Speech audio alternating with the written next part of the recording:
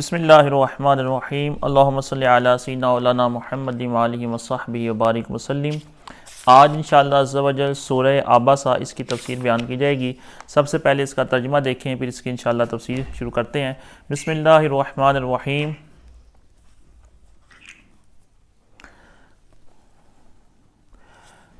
عبسہ وتولی، تیوری چڑھائی اور منہ پھیرا، ان جاءہ الاعمی، اس پر کہ اس کے پاس وہ نابینا حاضر ہوا۔ وما یدریک لعلہ یزکی، اور تمہیں کیا معلوم شاید وہ ستھرا ہو، او یذکر یا نصیحت لے، فتنفعہ الذکری، تو اسے نصیحت فائدہ دے۔ اما من استغنی، پس وہ جو بے پرواہ بنتا ہے، فانت لہ تصدی، تم اس کے تو پیچھے پڑتے ہو۔ وما علیک الا یزکی، اور تمہارا کچھ نقصان نہیں اس میں کہ وہ ستھرا نہ ہو۔ وَأَمَّا مَنْ جَاءَكَ يَسْعَىٰ، اور وہ جو تمہارے پاس حضور آیا، وَهُوَ يَخْشَىٰ، اور وہ ڈر رہا ہے، فَأَنْتَ عَنْهُ تَلَهَّىٰ، تو اسے چھوڑ کر اور طرف مشغول ہوتے ہو۔ کَلَّا، یوں نہیں، إِنَّهَا تَذْکِرَةٌ، یہ تو نصیحت ہے۔ فَمَنْ شَاءَ ذَکَرَ، تو جو چاہے اسے یاد کرے۔ فی صحف مکرمہ، ان صحیفوں میں کہ عزت والے ہیں۔ مرفوعۃ مطہرہ،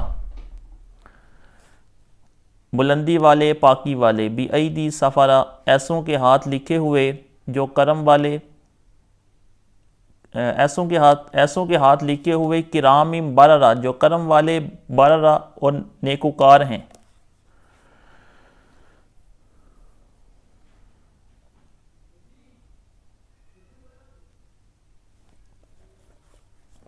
قتل الانسان ما اکفرہ، آدمی مارا جائے، آدمی کی ہلاکت ہو۔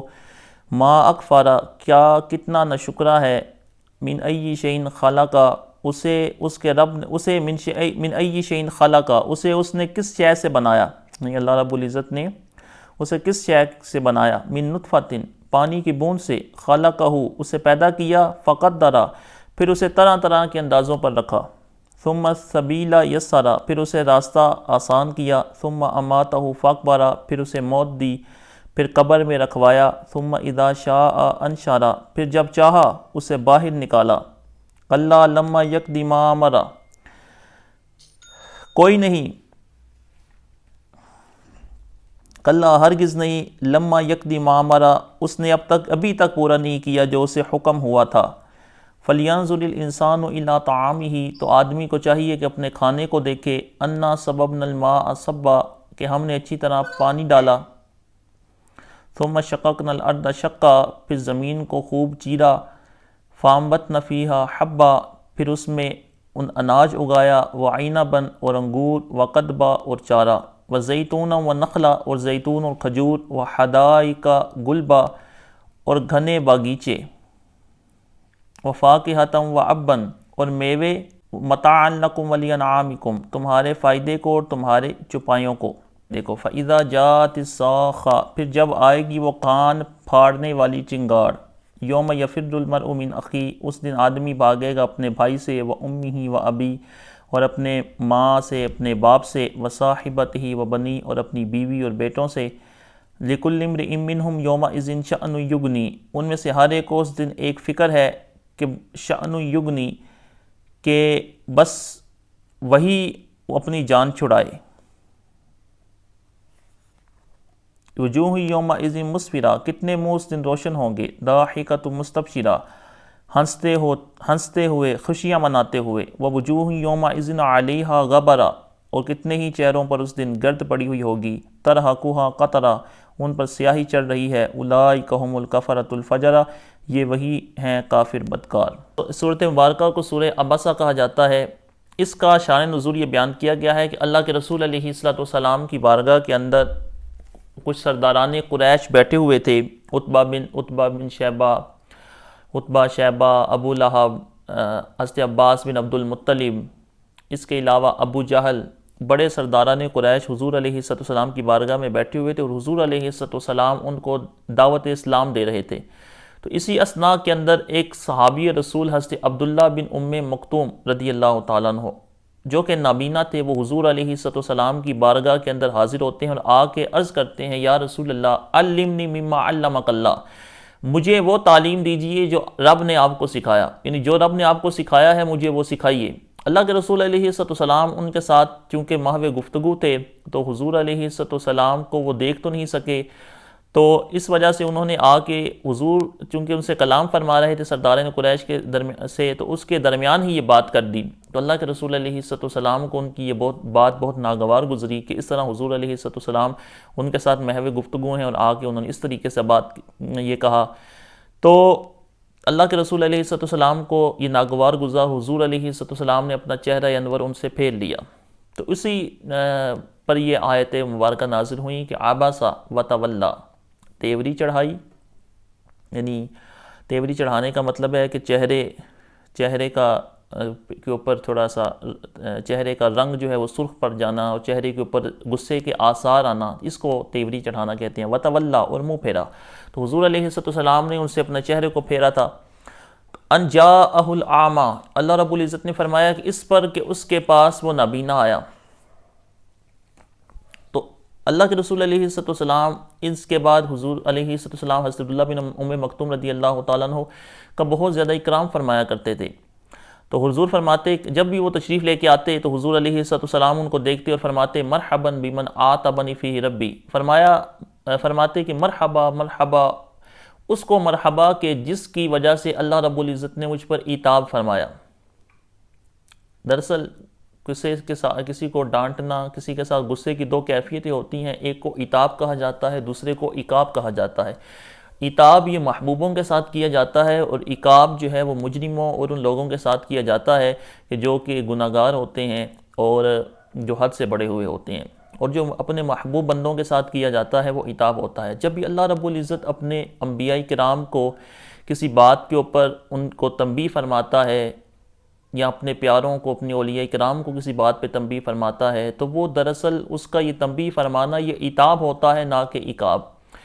ان کو وہ یعنی ڈانٹ اس لحاظ سے تنبیہ فرمانا کہ اس کے اندر جو ہے وہ محبوبیت بھی پوشیدہ ہے، محبت بھی پوشیدہ ہے اور اصلاح بھی فرما دی، تو اسی کو عتاب کا نام دیا جاتا ہے۔ تو اللہ رب العزت، تو حضور علیہ السلام نے فرمایا کہ اس کو مرحبا کہ جس کی وجہ سے میرے رب نے مجھے عتاب فرمایا۔ اس کے علاوہ بھی حضور علیہ السلام نے ان کو مدینہ طیبہ پر بھی 2 مرتبہ حضور علیہ السلام نے ان کو گورنر بنایا، تو حضور علیہ السلام ان کا بہت اکرام فرمایا کرتے تھے۔ یہاں سوال یہ پیدا ہوتا ہے کہ اللہ کے رسول علیہ السلام تو محو گفتگو تھے سرداران قریش کے ساتھ، اور عبداللہ بن ام مکتوم اگرچہ وہ نابینا تھے لیکن وہ حضور علیہ السلام کی آواز کو تو سن سکتے تھے کہ حضور محو گفتگو ہیں، تو جب حضور علیہ السلام کی بارگاہ کے اندر حاضر ہوئے اور دیکھا آواز آ گئی کہ حضور محو گفتگو ہیں، تو اب انہیں رک جانا چاہیے تھا، وہ صبر کرتے کہ حضور علیہ السلام اپنا بات مکمل کر لیں، ان کے ساتھ جو معاملہ ہے اس کو پورا کر لیں، پھر حضور علیہ السلام ان کی طرف متوجہ ہو جائیں۔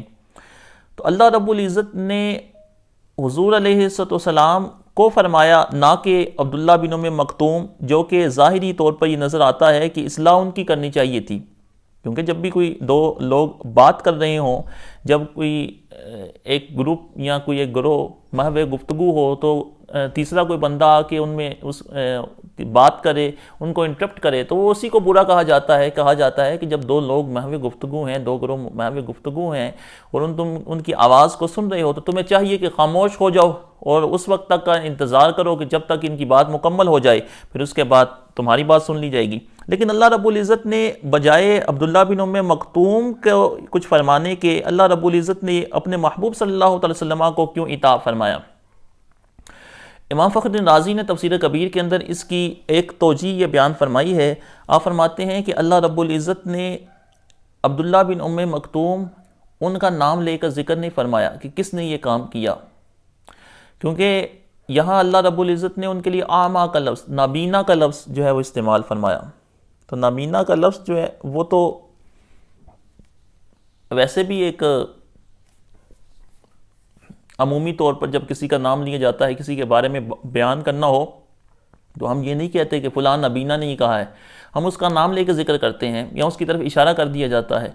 تو اللہ رب العزت نے ان کا اعمیٰ کے ساتھ اس وجہ سے تذکرہ فرمایا کہ وہ یہ ان کی صفت تحقیر کے لیے نہیں ہے، بلکہ دراصل ان کی حالت بیان کرنے کے لیے کہ وہ تو نابینا ہیں، وہ زیادہ حضور علیہ السلام کی رافت و رحمت اور حضور علیہ السلام کی شفقت کے زیادہ حقدار ہیں، کہ ان کے ساتھ زیادہ شفقت کا معاملہ کیا جائے، کہ جو دیکھ سکتا ہے وہ تو دیکھ کر سمجھ جائے گا، لیکن وہ دیکھ نہیں سکتے، اور وہ حضور علیہ نابینا ہونے کے باوجود بھی حضور علیہ السلام کی بارگاہ کے اندر حاضر ہوتے ہیں اور حضور علیہ السلام کی تعلیمات کو، اسلام کو سیکھنا چاہتے ہیں، تو وہ تو اس بات کے زیادہ حقدار ہیں کہ ان کی طرف زیادہ توجہ کر دی جائے۔ اس وجہ سے اللہ رب العزت نے ان کے لیے اعمیٰ کا لفظ، نابینا کا لفظ جو ہے وہ ذکر فرمایا، تاکہ دوسری بات یہ ہے کہ اس میں تخصیص بھی ہو جائے گی کہ کون آیا۔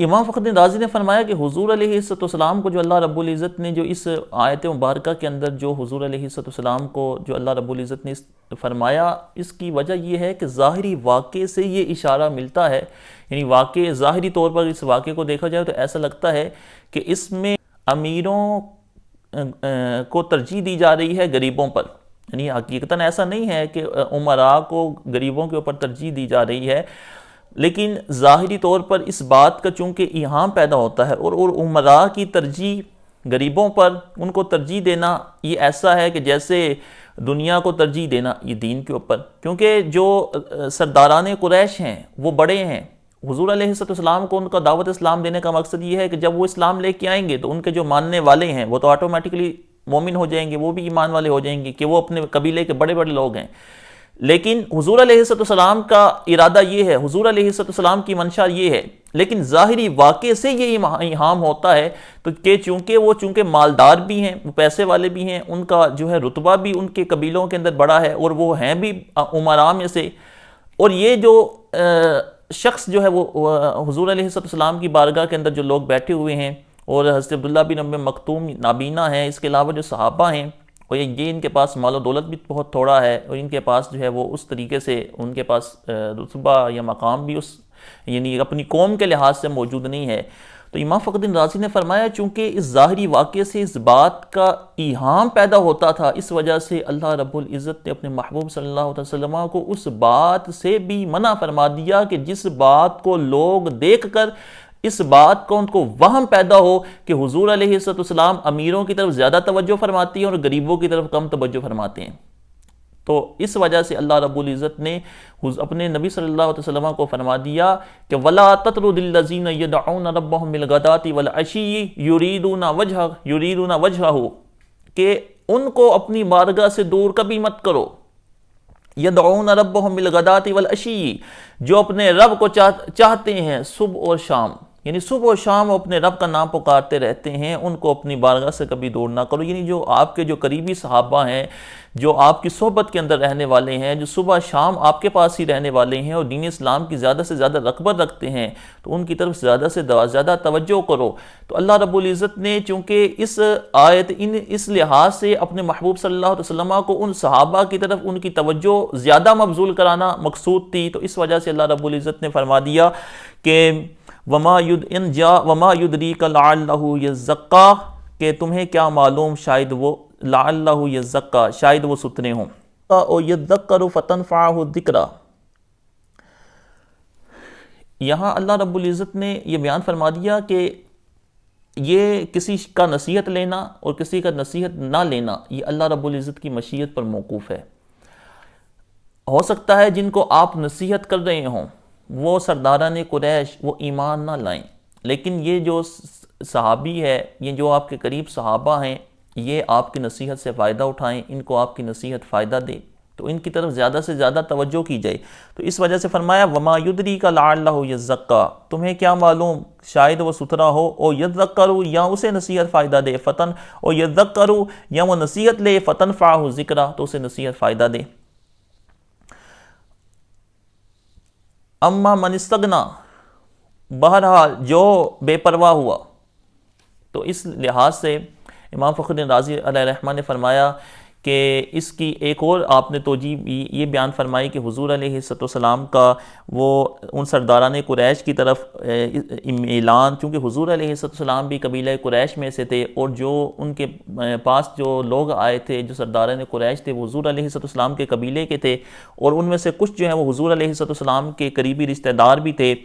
تو اس بات کا ایہام پیدا ہوتا تھا کہ حضور علیہ السلام ان کے قریبی رشتہ دار ہونے کی وجہ سے کہ وہ حضور علیہ السلام کے قریبی رشتہ دار ہیں، اس بات کا ایہام پیدا ہوتا تھا کہ حضور علیہ السلام ان کی طرف زیادہ توجہ فرما رہے ہیں۔ اس وجہ سے بھی اللہ رب العزت نے اس بات کو ذکر فرما دیا اور اپنے محبوب صلی اللہ علیہ وسلم کو اس مقام کے اوپر یہ حکم ارشاد فرمایا۔ وہ فرمایا جو بے پرواہ ہوا، کس سے بے پرواہ ہوا؟ بعض نے کہا کہ ایمان سے بے پرواہ ہوا، یعنی وہ ایمان کی قدر نہیں کرتا۔ فَأَنْتَ لَهُ تَصَدَّى، تو تم اس کے پیچھے پڑتے ہو۔ یہ تصدّیٰ دراصل یہ تصدّیٰ فلان بفلان، یہ کسی کے شے کے پیچھے پڑ جانا، اس کا معنی ہوتا ہے تصدّیٰ کسی شے کے پیچھے پڑ جانا۔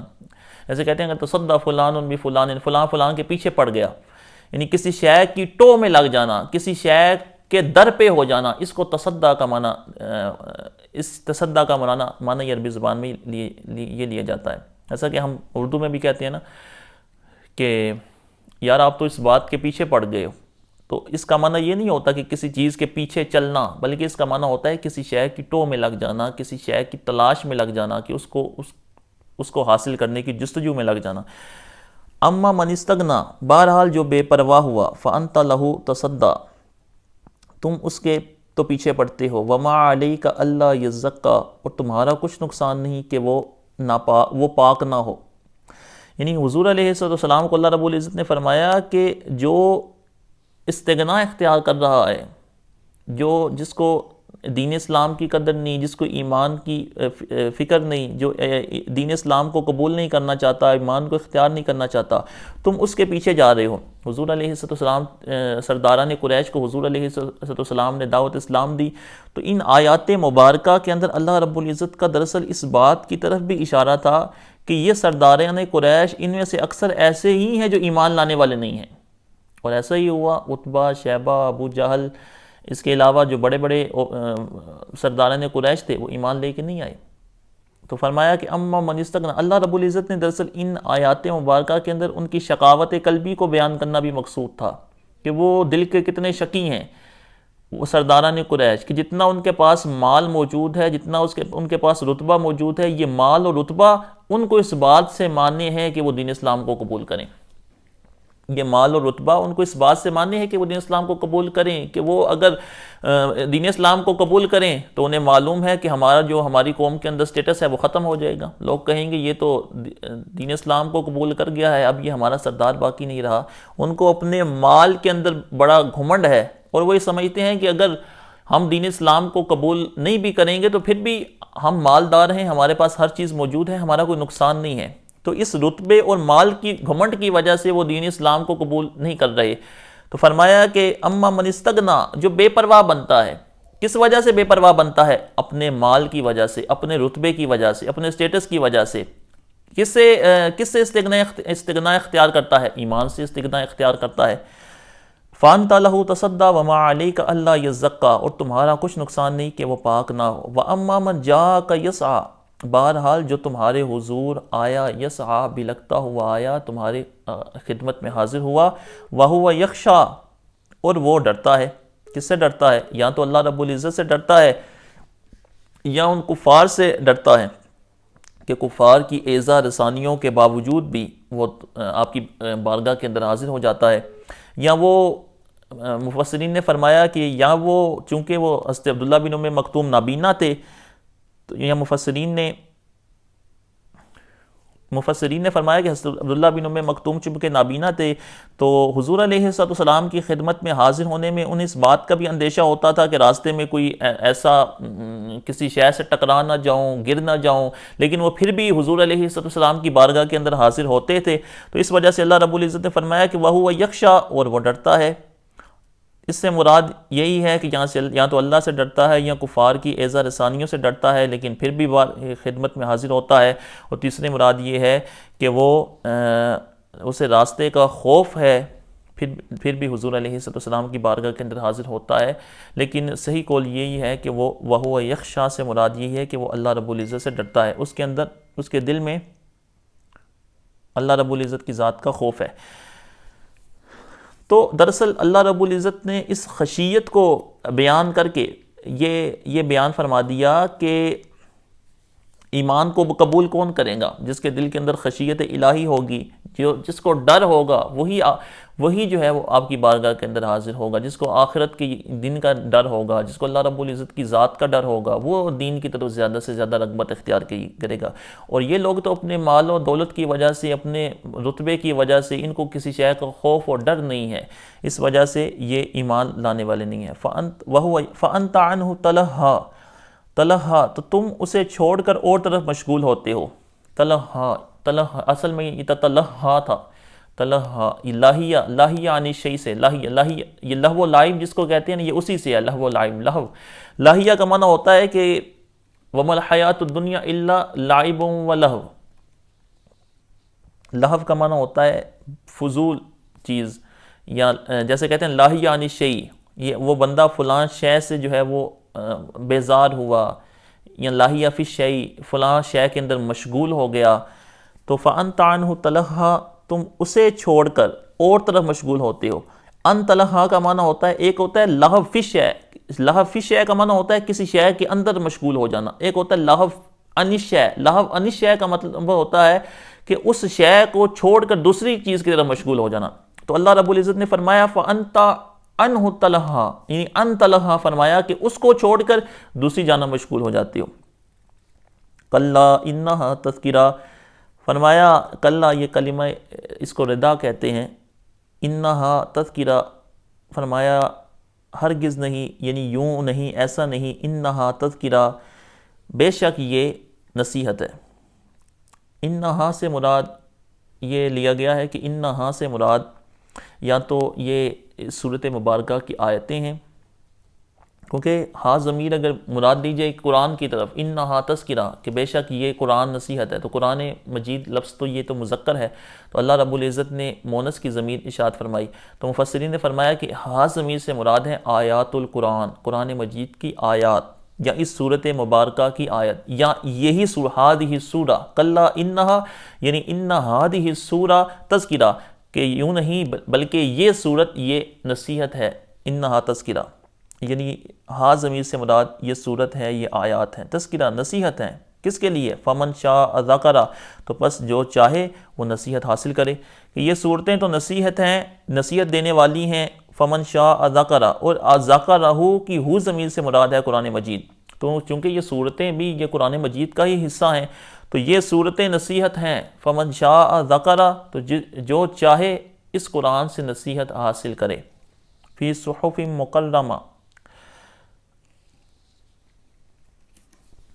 فی صحف صحیفوں میں، مکرمہ صحیفوں میں عزت والے، یعنی فی صحف مکرمہ، ان صحیفوں کو عزت والے فرمایا کہ وہ اللہ رب العزت کے اتارے ہوئے ہیں، اللہ رب العزت کی ذات کے اتارے ہوئے ہیں، مقرب فرشتوں اور پاک فرشتوں، مکرم فرشتوں نے اتارے ہیں، اس وجہ سے وہ صحیفے بھی پاک ہیں، مرفوعات بلندی والے، مطہرہ پاکی والے۔ اللہ رب العزت نے ان صحیفوں کی 3 صفات کو ذکر فرمایا، ایک تو ہیں بڑے عزت والے، دوسرے ہیں وہ بلندی والے، تیسرے ہیں پاک۔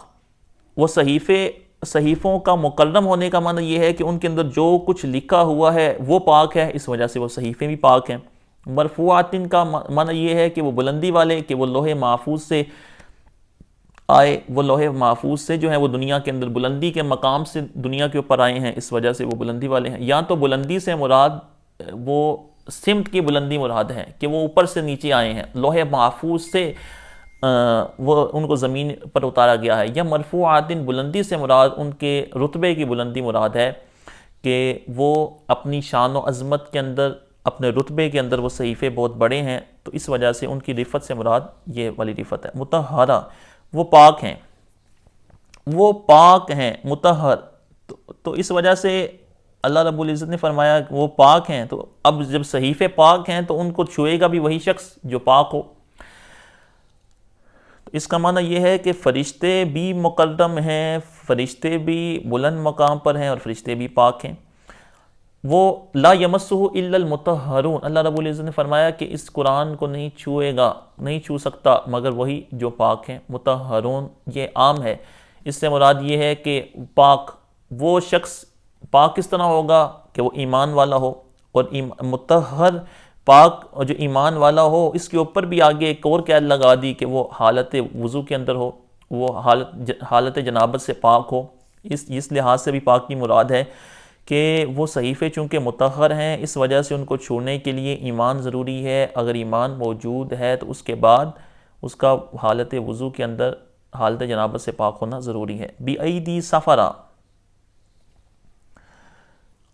بِأَيْدِي سَفَرَا، ایسوں کے ہاتھ لکھے ہوئے جو کرم والے ہیں۔ اللہ رب العزت نے فرشتوں کے لیے سفرا کا لفظ استعمال فرمایا۔ سفرا، سفرا کسے کہتے ہیں؟ سفرا یہ دراصل سفارت سے نکلا ہے۔ سفارت کا معنی ہوتا ہے کشف، کسی شے کا کھلنا، جیسا کہ جب صبح ہو جاتی ہے نا تو قرآن مجید میں بھی آتا ہے وَالصُّبْحِ اِذَا أَسْفَرَ، اور صبح کی قسم جب وہ روشن ہو جائے، یعنی صبح جب کھل جائے، تو کسی شے کا کھلنا اس کو سفارت کہا جاتا ہے۔ جب صبح ہو جاتی ہے نا تو صبح کی جو پہلی کرن نکلتی ہے، صبح کی روشنی پھٹتی ہے، چونکہ وہ رات کو ختم کر دیتی ہے، اور اس کے اندر بھی کشف کا معنی پایا جاتا ہے، وضوح کا معنی پایا جاتا ہے، تو اس وجہ سے بھی اس کو سفر کہا جاتا ہے۔ اسی طرح جو ہے وہ کاتب، جو لکھنے والا ہے، اس کو بھی سافر کہا جاتا ہے، کاتب کو بھی سافر کہا جاتا ہے۔ اور یہ سافر جو، یہ سفرہ جو ہے یہ سافر کی جمع ہے، سافر یہ اسی طرح جو ہے وہ جیسے کاتب کی جمع کتبہ، اسی طرح سافر سے مراد ہے، سافر کی جمع ہوگی سفرہ، بِأَيْدِي سَفَرَا۔ تو چونکہ جو کاتب ہوتا ہے جب وہ کسی شے کو لکھتا ہے تو اس کے اندر بھی چونکہ وضاحت کا معنی پایا جاتا ہے، کسی شے کے اندر اب ابہام ہوگا تو وہ جب لکھے گا کاتب تو وہ شے واضح ہو جائے گی۔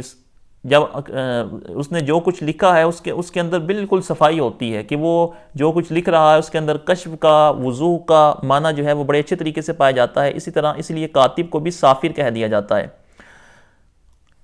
اسی وجہ سے اسی سے سفیر کا معنی پیغام لے جانے والا۔ سفر اللہ رب العزت نے فرمایا کہ وہ پیغام چونکہ لے جانے والا، وہ وسیلہ بنتا ہے، وہ دو بندوں کے درمیان چونکہ وسیلہ بنتا ہے، اس وجہ سے اس کو سفیر کا نام دیا جاتا ہے کہ وہ ایک کی بات کو دوسری کی بات پہنچانے کا ذریعہ بنتا ہے۔ اس کے اندر بھی وضوح کا معنی پایا جاتا ہے کہ وہ کھولنے والا ہے، وہ شے کو واضح کرنے والا ہے۔ الذی تبین الشیء ویوضحہ، اس کو سافر کا نام دیا جاتا ہے۔ تو اللہ رب العزت نے فرشتوں کی سفرہ صفت کیوں بیان فرمائی؟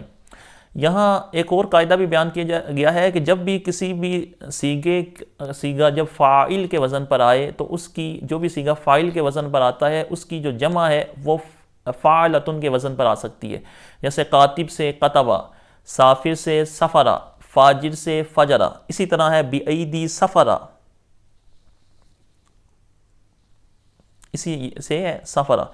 اللہ رب العزت نے فرشتوں کی یہ صفت بیان فرمائی کہ وہ ان کے سفرہ ہونے سے مراد یہ ہے کہ چونکہ وہ اللہ رب العزت کے درمیان اور رسولوں کے درمیان وسیلہ ہیں، واسطہ ہیں، یعنی اللہ رب العزت کا پیغام رسولوں تک پہنچانے کے لیے وہ واسطہ اور وسیلہ بنے، اس وجہ سے ان کو سفرہ کا نام دیا جاتا ہے۔ وہ سفیر قرار پائے کہ وہ اللہ کے پیغام کو فرشتوں تک، رسولوں تک پہنچا کر اس کو کھولنے والے ہیں، اس کے اندر کشف اور وضوح کا معنی پایا جاتا ہے، اس وجہ سے ان کو سفرہ کہا جاتا ہے۔ کرامن، بڑے معزز ہیں۔ اللہ رب العزت نے ان کی 3 صفات کو بیان فرمایا، سفرہ، پھر کرامن معزز کرم والے، بررہ اور نیکوکار۔ بررہ یہ بارن کی جمع ہے، یہ بھی اسی طرح سفرہ کی طرح ہے، بارن اصل میں یہ بارن فاعلن کے وزن پر ہے، یہ بررہ نیکوکار۔ 3 صفات فرشتوں کی ذکر فرمائیں کہ وہ سفرہ، کرامن، بررہ۔ قتل الانسان ما اکفرہ، انسان قتل کیا جائے، ما اکفرہ، کیا ناشکرا ہے یا کیا کفر کرنے والا ہے۔ اللہ رب العزت نے یہاں انسان کے لیے دعائے ہلاکت فرمائی۔ انسان قتل کیا جائے، یہ عربی زبان کے اندر سب سے جو بڑی ہلاکت کی دعا ہے نا وہ قتیلہ ہے، قتیلہ، قتیلہ، قتیلہ فلان، فلاں قتل کیا جائے، فلاں مارا جائے، یہ ہلاکت کی دعا ہے، مر جانے کی دعا ہے۔ تو اللہ رب العزت نے انسان کے لیے ہلاکت کی دعا کیوں فرمائی؟ مفسرین نے فرمایا یہاں انسان کے اوپر جو الف لام ہے، یہ الف لام استغراقی نہیں بلکہ یہ الف لام عہد خارجی کا ہے۔ اس الف لام سے مراد مخصوص انسان ہے، وہ کون سے؟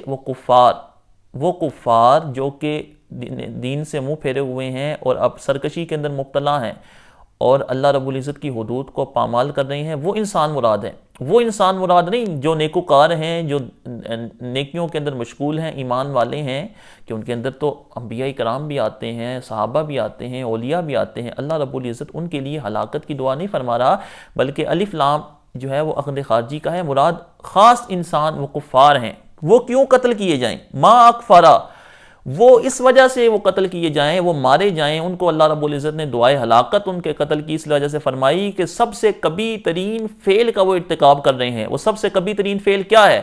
وہ ان کا کفر کرنا ہے، کہ کفر سے بڑا کوئی، کفر سے برا فعل وہ اس دنیا کے اندر نہیں پایا جاتا۔ اس وجہ سے جب ہلاکت کی دعا اللہ رب العزت نے یہ فرمائی تو اس فعل کے اوپر فرمائی جو سب سے برا ہے۔ دعا بھی یہ ہلاکت کی سب سے بڑی دعا ہے، اس سے آگے والی کوئی دعا نہیں ہے، اس سے آگے ہلاکت کی دعا کوئی نہیں۔ اور اس کی وجہ یہ ہے کہ ان کا چونکہ جو فعل وہ کر رہے ہیں وہ بھی سب سے برا ہے، اس وجہ سے اللہ رب العزت نے ان کے لیے ہلاکت کی دعا بھی وہ فرمائی جو سب سے آخری درجے والی ہے۔ اللہ رب العزت کی ذات تو بے پرواہ ہے، وہ تو غنی ہے، اسے کیا ضرورت ہے لوگوں کو ہلاکت کی دعائیں دینے کی؟ وہ تو ہلاکت کی دعا تو وہ کرے جو عاجز ہو، جو بدلہ لینے پر قادر نہ ہو، جو انتقام کی قدرت نہ رکھتا ہو، اور جو انتقام کی قدرت رکھتا ہے، بدلہ لینے پر قادر ہے، ہر چیز اس کے قبضہ قدرت کے اندر ہے، وہ جس کو جیسا چاہے کر سکتا ہے، وہ اس کو کیا ضرورت ہے کہ وہ لوگوں کو ہلاکت کی دعائیں دے؟ امام فخر رازی نے فرمایا کہ دراصل اللہ رب العزت کا ہلاکت کی دعا دینا یہ اہل عرب کے محاورے کے اوپر ہے، کہ اہل عرب جب کسی شخص سے، کسی فعل سے بہت زیادہ نفرت کرتے ہیں، کسی انسان سے بہت زیادہ بیزار ہو جاتے ہیں نا، کہ وہ اس نے ناک میں ایسا دم کیا ہوا ہے کہ اب بس یہ تو پھر اس کے لیے جو ہے وہ آخری جب ان کا کوئی حربہ نہیں نہ ہوتا تو وہ یہ محاورے کے طور پر کہتے ہیں کہ قتل فلان، فلاں مر جائے، جیسے ہمارے اردو میں کہا جاتا ہے مر جائے فلاں بندہ، ما اکفرا، تو یہ اہل عرب کے محاورے کے اوپر ہے۔ تو اس میں اللہ رب العزت کی قدرت کا اس میں کوئی تعلق نہیں ہے کہ اللہ رب العزت کی ذات معاذ اللہ کوئی عاجز ہے یا ان انتقام لینے پر قادر نہیں، بلکہ اللہ رب العزت نے اسی اہل عرب کے محاورے کو استعمال کرتے ہوئے ان کے کبھی ترین فعل کو بیان فرما کر اللہ رب العزت نے کفار کے لیے دعائے ہلاکت فرمائی۔ من ای شیء خلق، تو اب اللہ رب العزت نے جب ان کے لیے دعائے ہلاکت فرمائی تو اللہ رب العزت جو سب سے اب اپنی توحید کی نشانیوں کو بیان فرما رہا ہے کہ ان کا وہ کفر اختیار کیے ہوئے ہیں، اللہ رب العزت کی توحید سے منہ پھیرے ہوئے ہیں، تو اب اللہ رب العزت اپنی توحید کے دلائل اللہ رب العزت نے شروع فرما دیے ہیں دینے۔ پہلی دلیل کیا ہے؟ من ای شیء خلق، کس شے سے اس کو خلق کیا گیا ہے۔ اللہ رب العزت نے انسان کو اپنی توحید کی پہلی دلیل یہ دی کہ انسان اس بات کی طرف توجہ کر کہ تجھے اللہ رب العزت نے کس شے سے تخلیق فرمایا، ایک پانی کی بوند سے، پانی کے قطرے سے، تیری پانی کے قطرے سے تخلیق ہے، اور عقل تیری پہاڑوں کی طرح ہے۔ پانی کے قطرے سے تیری تخلیق ہے، اور تیرا غرور، تیرا تکبر اور تیری انانیت جو ہے وہ اس حد تک پہنچی ہوئی ہے کہ تو اللہ رب العزت کی بارگاہ کا مجرم بن گیا ہے، اور اللہ رب العزت کی ذات سے تو نے ٹکر لے لی ہے۔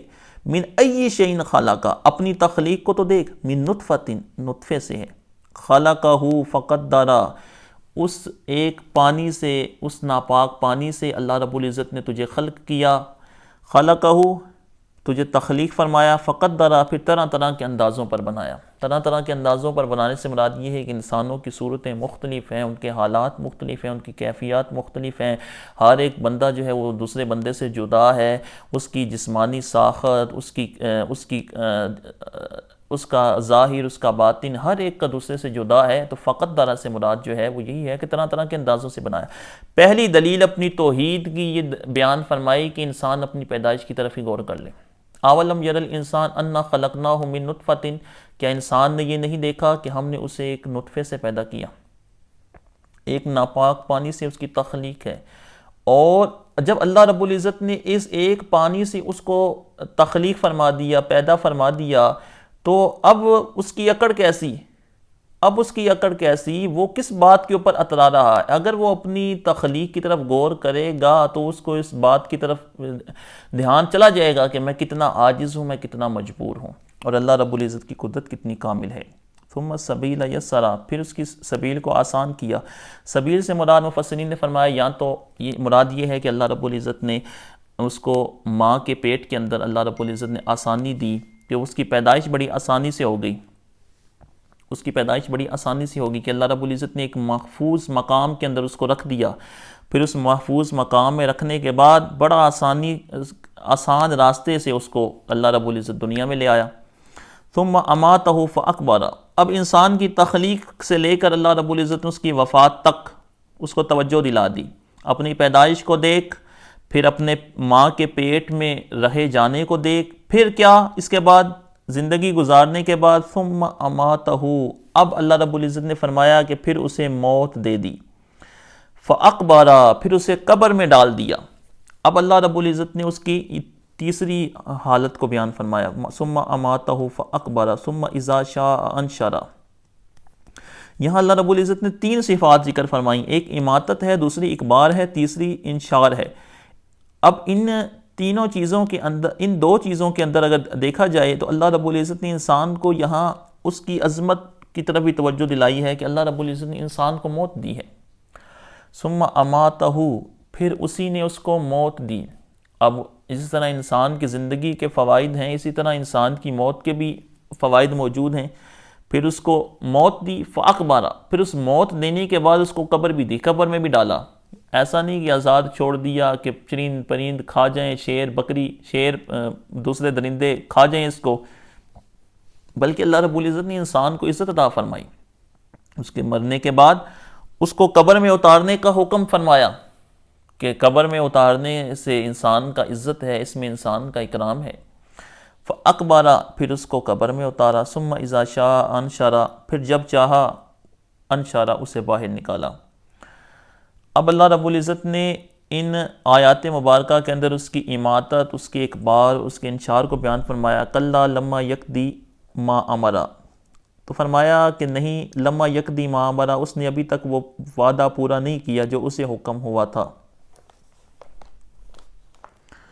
فَلْيَنْظُرِ الْإِنسَانُ إِلَىٰ طَعَامِهِ، تو انسان کو چاہیے کہ اپنے کھانے کی طرف دیکھے۔ اَنَّا صَبَبْنَا الْمَاءَ صَبًّا، بے شک ہم نے اچھی طرح پانی ڈالا۔ اللہ رب العزت نے فرمایا کہ انسان کو چاہیے کہ اپنے کھانے کی طرف دیکھے، اپنے کھانے کو دیکھے کہ یہ کھانا جو ہے وہ کیسے اس کو حاصل ہوا ہے، اس کھانے کے سٹیجز کیا ہیں۔ اَنَّا صَبَبْنَا الْمَاءَ صَبًّا، سب سے پہلے تو اللہ رب العزت نے پانی برسایا، آسمان سے پانی برسایا۔ صَبَبْنَا الْمَاء کا معنی ہے، صَبّا کا معنی ہوتا ہے غیث، اس کا معنی بادل ہے ویسے۔ اَنَّا صَبَبْنَا الْمَاءَ صَبًّا، ہم نے پانی برسایا، ہم نے اچھی طرح پانی ڈالا، یعنی غیث سے، یعنی بادلوں سے اللہ رب العزت نے پانی برسایا۔ تو انسان اپنے کھانے کی دیکھے کہ اس کھانے کا پروسیس کیا ہے۔ سب سے پہلے اللہ رب العزت نے پانی برسایا۔ ثم شققنا الارض شقا، پھر زمین کو جو ہے اللہ رب العزت نے چیرا، کہ پانی برسا، صرف پانی نہیں برسا بلکہ اس زمین کو اس پانی کے قبول کرنے کا ذریعہ بنایا، کہ اس زمین نے اس پانی کو قبول کیا اور سبزہ اگایا، اور سبزہ اگایا تو انسان کی وہ خوراک بنی، اور وہی انسان کھاتا ہے، اس کو انسان سٹور کرتا ہے۔ ثم شققنا الارض شقا، تو یہ دراصل یہ آسمان کا پانی برسانا اور زمین کا پانی قبول کرنا، تو یہ بھی اللہ رب العزت کا کرم ہے، یہ اللہ رب العزت کی نعمت ہے کہ اگر وہ آسمان سے پانی نہ برساتا اور نہ زمین پانی قبول کرتی تو انسان کھانا کہاں سے کھاتا، اس کا اناج کہاں سے آتا، یہ کیا کھاتا، کیسے جیتا۔ تو اللہ رب العزت نے اس کے کھانے کا، اس کے جینے کا چونکہ ذریعہ بیان فرما دیا، وہ تو روزی تیری آسمانوں سے آ رہی ہے، اور سوچ رہا ہے کہ کیسے آسمانوں سے آ رہی ہے، کہ آسمانوں سے پانی برسے گا تو تجھے روزی ملے گی۔ تو اس وجہ سے اللہ رب العزت نے بیان فرما دیا کہ تیری روزی آسمانوں سے ہے، کہ پانی برسایا، پھر زمین کو حکم دیا۔ ثم شققنا الارض شقا، پھر زمین کو خوب چیرا۔ فانبتنا فیہا حبا، بس اس میں اناج اگایا، حبا، اس میں اناج اگایا، حبہ دانہ اناج۔ اب اللہ رب العزت نے فرمایا کہ پانی برسنے کے بعد زمین شق ہوئی، اس زمین نے قبول کیا، پھر کیا ہوا، اب اس میں دانہ اگا، وعنبا انگور اگا، وقدبا اور چارہ، وزیتون ونخلا اور زیتون اور کھجور، وحدائق غلبا اور گھنے باغیچے، وفاکہۃ وابا اور پھل، وابا پھل، فاکہۃ اور پھل، اور وابا، ابا کا معنی بھی چارہ ہی ہوتا ہے، دانہ ہی ہوتا ہے۔ لیکن اللہ رب العزت نے سب سے پہلے دانے کو ذکر فرمایا، اس کے اندر اناج اگایا۔ اس اناج کے بعد وہ چونکہ اناج ایک ایسی، یہ بالکل ظاہری طور پر اناج ہے، اور اس کے بعد وعنب انگور کو ذکر فرما دیا کہ جو من وجہن اناج ہے اور من وجہن جو ہے وہ پھل ہے، اس کو پھل کے طور پر بھی استعمال کیا جاتا ہے، یہ اناج بھی ہے۔ وقدبا اور چارہ، قدب بھی چارے کو کہا جاتا ہے، ویسے قدب کا معنی تو ہوتا ہے کاٹنا، قطع کاٹنا۔ وزیتون ونخلا اور زیتون اور نخل۔ اب اللہ رب العزت نے ایک چارے کو ذکر فرما دیا، چارے کو ذکر فرما کر پھر جو اہم چارے ہیں ان کا بھی تذکرہ فرما دیا، وعنبا وقدبا وزیتون ونخلا وحدائق غلبا وفاکہۃ وابا۔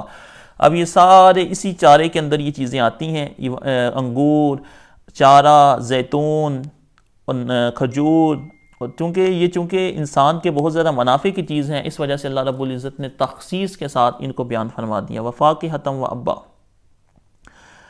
اور اس کے اندر وفاکہۃ وابا، یہ قد بھی چارے کو کہتے ہیں، اب بھی چارے کو کہتے ہیں، لیکن اس میں فرق یہ ہوتا ہے کہ قد وہ چارہ ہوتا ہے کہ جس کی جڑیں انسان کھائیں اور پتے جو ہیں وہ جانور کھائیں، اس کو کہا جاتا ہے قدب۔ قدب یعنی اس کی جڑیں انسان کھائیں اور اس کے پتے وہ جانور کھائیں۔ لیکن اب ان کا اطلاق جو ہے وہ اس چارے پر کیا جاتا ہے کہ جس کی جڑیں اور پتے یہ دونوں جو ہیں وہ جانور ہی کھاتے ہیں۔ متاعا لکم ولانعامکم، تمہارے فائدے کو اور تمہارے جانوروں کے فائدے کو، یعنی کچھ چیزیں تمہارے فائدے کی ہیں اور جو تمہارے فائدے کی نہیں ہیں وہ تمہارے جانور کھا لیتے ہیں۔ فَإِذَا جَاءَتِ الصَّاخَّةُ، پھر جب وہ کان پھاڑنے والی چنگھاڑ آئی۔ اب ان تمام چیزوں کو بیان کر کے جو اللہ رب العزت نے جو اس کا جو حاصل ہے، جس بات کی طرف اللہ رب العزت نے توجہ دلانی ہے، اور پچھلی صورتوں کے اندر بھی جس بات کی طرف توجہ دلائی اس بات کو ذکر فرما دیا۔ فَإِذَا جَاءَتِ الصَّاخَّةُ، صاخہ یہ صیخۃ سے نکلا ہے، صیخۃ کا معنی ہوتا ہے چیخ، چنگھاڑ۔ صاخہ چنگھاڑ، بہت بڑی چنگھاڑ۔ یوم یفر المرء من اخیہ، وہ کیا ہے؟ وہ چنگھاڑ جو ہے وہ بروز قیامت جب سور پھونکا جائے گا، تو اس یہ مراد جو ہے وہ سور، دوسری مرتبہ جو سور پھونکا جائے گا، جو چنگھاڑ ہوگی، اس وقت اللہ رب العزت نے اس صیخہ، اس صاخہ کو بیان فرما دیا۔ وہ کیا ہوگا پھر؟ یوم یفر المرء من اخیہ، اس دن آدمی اپنے بھائی سے بھاگے گا، وامہ وابی، کہ جو رشتے اس کو دنیا میں بہت پیارے تھے آج وہ سارے رشتوں سے اجنبی بن جائے گا۔ کہ بندہ دنیا کے اندر بڑے دعوے کرتا ہے، اپنے بھائی بہنوں کے ساتھ، اپنی زوجہ کے ساتھ، ماں باپ کے ساتھ محبت کرتا ہے، لیکن وہ دن ہی ایسا ہوگا کہ اس کو وہ سب سے بے پرواہ ہو جائے گا، وہ اپنی فکر ہوگی اس کو۔ یفر المرء من اخیہ، بندہ بھاگے گا اپنے بھائی سے، اپنی بیوی سے، اپنے بچوں سے، اپنی جورو سے، اپنے بیٹوں سے۔ یا تو فرار سے مراد حقیقتاً بھاگنا ہے کہ بندہ واقعی ان سے دور رہے گا، جہاں کہیں ان کو دیکھے گا ان سے دور بھاگے گا، کہ یہ ایسا نہ ہو کہ یا تو اس وجہ سے کہ وہ نادم ہوگا، شرمندہ ہوگا کہ دنیا کے اندر اس نے برے اعمال کیے، برے اعمال کی وجہ سے وہ شرمندہ ہوگا، اور وہ خود بھی اپنی نجات پر قادر نہیں ہوگا، اور اپنے بھائی بہنوں، ماں باپ کے لیے بھی کچھ نہیں کر سکتا ہوگا، اس وجہ سے اس کو اپنی پرواہ زیادہ ہوگی کہ میں کسی طریقے سے بچ جاؤں، اس وجہ سے وہ ان سے بھاگ رہا ہوگا۔ یا بھاگنے سے مراد یہ ہے، یا تو حقیقتاً بھاگ رہا ہوگا ان سے، یا بھاگنے سے مراد یہ ہے کہ وہ حقیقتاً تو نہیں بھاگے گا، لیکن اس کا بھاگنے سے مراد یہ ہے کہ وہ ان سے بے پرواہ ہو جائے گا، ان سے جان چھڑوائے گا، ان کے ساتھ کسی بھی طریقے سے مل جانے کو، اور اپنی جان کو، اپنی نیکیاں اور اپنے اعمال ان کو دینے کو پر کسی طریقے سے راضی نہیں ہوگا. جیسے ہم پنجابی زبان میں کہتے ہیں نا، اے بندہ تو میرے نسل ہی ہے وے. تو حقیقتاً اگرچہ وہ بھاگ تو نہیں رہا، لیکن مراد یہ ہوتی ہے کہ یہ اب مجھ سے بیزار ہو گیا ہے، یہ مجھ سے پیچھے ہٹ گیا ہے. لِكُلِّ امْرِئٍ مِّنْهُمْ يَوْمَئِذٍ شَأْنٌ يُغْنِي، ان میں سے ہر ایک کو اس دن ایک ہی فکر ہے. لِكُلِّ امْرِئٍ، امرین کا معنی ہوتا ہے مردوں کو، کافی زیادہ مرد ہوں تو امرین کہا جاتا ہے. منہم یومئذ، اس دن، شأن یغنی، انہیں ایک ہی فکر ہے کہ بس ان کی بخشش ہو جائے، کسی طریقے سے بس وہ بچ جائیں. وجوہ یومئذ مسفرہ، اس دن کتنے ہی چہرے جو ہیں وہ مسفرہ، روشن ہوں گے. یہ بھی اسی سفارت سے نکلا ہے، مسفرہ، روشن. ضاحکۃ مستبشرہ، ہنستے ہوئے، مستبشرہ، خوشیاں مناتے ہوئے. اور کتنے ہی چہرے ایسے ہوں گے جن کے اوپر گرد پڑی ہوئی ہوگی. ترہقھا قترہ، اس سے بعض نے خوارج نے اس آیت سے استدلال کیا کہ جو اہل کبیرہ ہیں، جو کبیرہ گناہ کرنے والے ہیں، وہ ہیں جہنمی. کہ اللہ رب العزت نے یہاں دو صفات ذکر فرما دیں اہل قیامت کی، ایک تو اہل عقاب ہیں، دوسرے اہل ثواب ہیں. تو جو اہل ثواب ہیں ان کے بارے میں اللہ رب العزت نے فرمایا کہ ان کے چہرے چمک رہے ہوں گے، اور جو اہل عقاب ہیں ان کے بارے میں فرمایا کہ ان کے چہرے غبار آلود ہوں گے. اور جو اہل عقاب کے چہرے غبار آلود ہوں گے ان کو فرمایا اولئک ھم الکفرۃ الفجرہ، یہی کفار ہیں، یہی فاجر ہیں. یعنی اہل عقاب کو اللہ رب العزت نے کافر فرما دیا، اور اہل ثواب کو اللہ رب العزت نے نیکوکار، جنتی کہہ دیا. اس وجہ سے وہ کہتے ہیں تیسری صورت نہیں ہے. وہ کہتے ہیں کہ اس سے مراد یہ ہے کہ کبیرہ گناہ کرنے والا شخص جو ہے وہ دائرہ اسلام سے نکل جاتا ہے، اور وہ چونکہ فاجر ہو جاتا ہے، اور فاجر وہ کافر ہوتا ہے، اس وجہ سے اس کی بخشش نہیں ہوگی. اسی وجہ سے خوارج کے نزدیک جو کبیرہ گناہ کرنے والے ہیں وہ مومن نہیں، جو بے نمازی ہیں، اس کے علاوہ دوسرے کبیرہ گناہوں کے اندر مشغول ہیں، وہ خارجی یہ کہتے ہیں کہ وہ مومن نہیں ہیں. اور اسی آیت سے استدلال ایک دوسرے فرقے نے یہ استدلال کیا ہے کہ جو اہل عقاب ہیں، کیونکہ ان کے نزدیک کبیرہ گناہ کرنے والے، وہ کہتے ہیں کہ ان صاحب الکبیرہ لیس لہم عقاب یوم القیامہ. اس فرقے کو کہا جاتا ہے فرقہ مرجیہ. وہ کہتے ہیں کبیرہ گناہ کرنے والے کو بروز قیامت عقاب نہیں ہوگا، اس کو بروز قیامت سزا نہیں دی جائے گی. وہ کہتے ہیں اس کی وجہ، وہ کہتے ہیں کہ اللہ رب العزت نے بیان فرمایا کہ دو صورتیں ہیں. ایک اہل ثواب ہیں کہ جن کو اللہ رب العزت نے فرمایا کہ وہ ہنس نہیں ہوں گے، دوسرے جو ہیں وہ اہل عقاب ہیں. اور ان اہل عقاب کو اللہ رب العزت نے فرما دیا کہ وہ کفار ہیں اور وہ فاجر ہیں. اور جو کبیرہ گناہ کرنے والا ہے وہ یا تو اہل عقاب میں سے آئے گا یا اہل ثواب میں سے آئے گا. اگر وہ اہل عقاب میں سے آتا ہے تو وہ تو کافر قرار پاتا ہے کہ وہ کفار، اللہ رب العزت نے ان کو کافرہ فجرہ فرمایا، نہ تو وہ اس میں نہیں آ سکتا. اور اگر اہل ثواب میں سے آتا ہے تو اس کا مطلب یہ ہے کہ وہ دنیا کے اندر نماز چھوڑنا، کبیرہ گناہ کرنا کوئی گناہ ہی نہیں رہا. اس وجہ سے وہ کہتے ہیں نہ وہ اہل عقاب میں ہے، اس وجہ سے وہ کہتے ہیں کہ چونکہ وہ اہل عقاب میں سے نہیں ہے، اہل عقاب میں سے نہیں پایا ہے، تو اس وجہ سے وہ بروز قیامت اس کو اہل ثواب میں سے ہی شمار کیا جائے گا. وہ کافرہ فجرہ کی صف میں نہیں ہوگا، بلکہ وہ ضاحکۃ مستبشرہ والوں کی صف میں قرار پائے گا. اور ہم اہل سنت والجماعت یہ کہتے ہیں کہ اللہ رب العزت نے جب دو گروہ کو ذکر فرما دیا ہے تو یہ دو گروہ کا ذکر فرمانا یہ تیسرے فریق کی نفی نہیں ہے. اہل عقاب اور اہل ثواب کا ذکر فرمانا یہ اس بات کی نفی نہیں ہے کہ اللہ رب العزت تیسرے گروہ کی نفی فرما رہا ہے کہ جن کو عذاب بھی دیا جائے گا لیکن وہ مومن ہی ہوں گے. تو یہ دراصل یہ آپس میں تو یہ ایسا نہیں ہے کہ آپس میں ایک دوسرے کی نقیضین ہیں، اور بندہ جو ہے یہ تو ہے کہ بندہ جنتی ہوگا یا جہنمی ہوگا، یہ تو آپس میں نقیضیں ہیں. لیکن ایسا نہیں ہے کہ بندہ دنیا کے اندر برے افعال کرنے والا ہوگا، برے کام کرنے والا ہوگا تو وہ کافرہ اور کافرہ کی صف میں چلا جائے گا. نہیں، ایسا نہیں ہے، بلکہ وہ برے کام کرنے کی وجہ سے بھی وہ مومن ہی رہے گا، بلکہ اور اپنے اعمال کا جو صلہ ہے، اپنے اعمال کا ثواب و عقاب بروز قیامت وہ اس کو پائے گا. تو یہ صورت مبارکہ ہے، اس کی تفسیر آج بیان کی. اس کے حوالے سے اگر کوئی سوال ہو تو وہ کر سکتے ہیں. اللہ رب العزت عمل کی توفیق عطا فرمائے. جی جناب، السلام علیکم، آپ کو آواز آ رہی ہے؟